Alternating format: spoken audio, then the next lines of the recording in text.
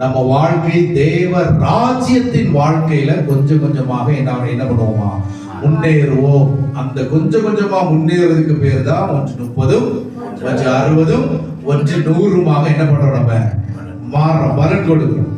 ஏன்னா நம்மளுடைய இருதயம் ஃபுல்லா இந்த உலக கவலை, இந்த உலக கலாச்சாரம், பயம், இதெல்லாம் நம்ம இருதயத்துக்குள்ள சூழ்ந்து இருக்கு. ஆனா தேவ ராஜ்யத்துக்குள்ள கவலை, பயம் எல்லாம் கிடையாது.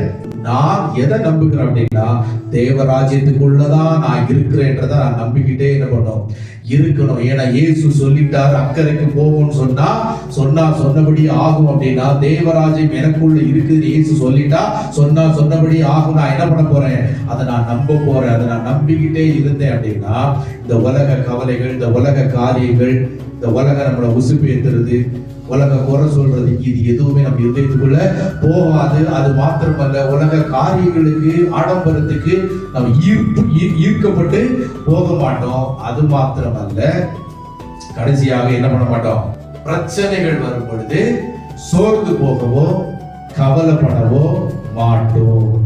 ஏன்னா விசுவாசம் தேவராஜ்யத்துக்குள்ள வந்துருச்சு.